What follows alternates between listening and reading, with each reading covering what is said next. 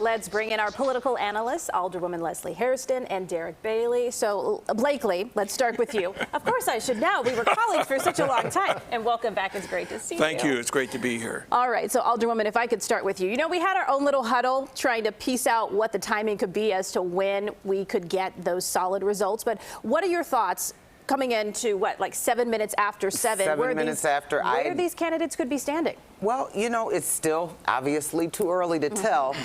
You know, one of the things that I think was interesting that I have not seen happen before is yesterday a lot of the news stations, because of the weather, were encouraging people to vote early because we didn't know what the weather was going to be today.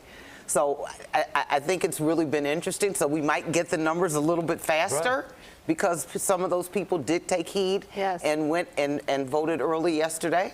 We had about 300,000 come in early or by mail, which is a big number, considering I think roughly 550,000 will vote. And as of just an hour or so ago, we were at, I think, 476,000 votes. So we're getting close. And we barely got comfortable on February 28th before we had an answer, right? So, Derrick, where do you think this vote tonight has to break for the eventual winner? Well, you know, you turn into election coverage, and it seems they say every election, this is a turnout election. Well, every election's a turnout election, but it is especially true, I think, for Brandon Johnson, and especially crucial for Brandon that he gets turnout numbers in the black wards that were bigger than the turnout in the first round. His job, you know, that old movie line, you had one job. His one job since the first round has been to coalesce the black community. It was divided between, you know, 6 black candidates in the first round. He had to try to coalesce that vote to kind of engender a movement, a crusade kind of spirit. And he also tried to demonize Paul Vallas in part to do that.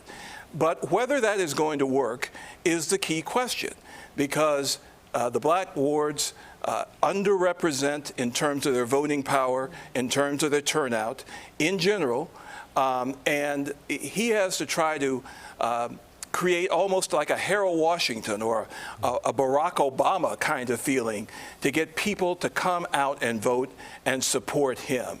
I've talked to a few black aldermen in the last hour or so. In some of the wards, they're saying they saw an uptick in turnout, but not a stampede. So that does not augur well for Brandon Johnson. I mean, it's early days, early moments. The polls have just closed, but that does not augur well. And of course, you know, those northwest and southwest side wards are the heaviest voting wards in the city. You see in the early turnout, I mean, the early voting totals, the 19th ward, a powerhouse ward, had almost 10,500 people vote in early voting. That's not mail-in voting, early voting. 58% turnout. And that's considered a Vallas stronghold. Yeah, of course it is. And 58% turnout, 48% turnout in the first round in the 41st ward, and they produced 8,000 votes. And I can go on and on. The 13th ward, the 14th ward, Vallas strongholds that voted heavy in the early voting, and I'm sure turned out heavy today. And to overcome that, Brandon Johnson is going to need a heavy black turnout in the black community, and he's going to need to dominate the votes that come out of the black community. So, as you heard Maria said, most people are saying that if Vallas gets 30% of the black vote, he's likely the winner. Okay, so if we talk about just so many of the things that have happened just within the last few days before we got to Election Day, there were a lot of big stories coming out that weren't so flattering for Brandon Johnson and Paul Vallas. So, Alderwoman, if you think about those, we were talking about past due water bills. We were talking about some Republican support. Betsy DeVos was in the mix, you know. So when you talk about those in those final few days, do you think any of those controversies or questions that may be on voters' minds, do you think that was significant coming into Election Day? Well, I think there are a couple of things, because the affiliation, the association of Paul Vallas with the Republicans is not new.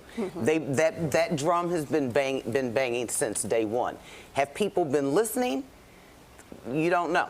You don't know. But this is nothing new, so I don't know why people are surprised when they see this, and they've been telling you this. So, you know, I've listened to the commercials that both of them have, and there's a lot of truth in a lot of it, so why be surprised when it actually smacks you in the face?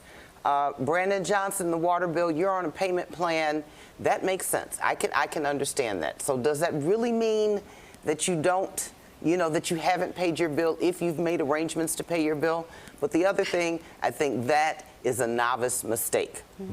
That is a novice mistake, because one thing you would want to do with any candidate before they put their name out there, you check their driver's license, you check, and that would be the responsibility of its team. What do you mean a novice mistake? A novice politician's mistake, running on this big a stage? Well, a politician, campaign manager, Right. whatever. The people around him should have also. checked that out. Yeah. Well, Yeah. if you are going to run for office, you have to know, particularly in this day and age, that everything is open game.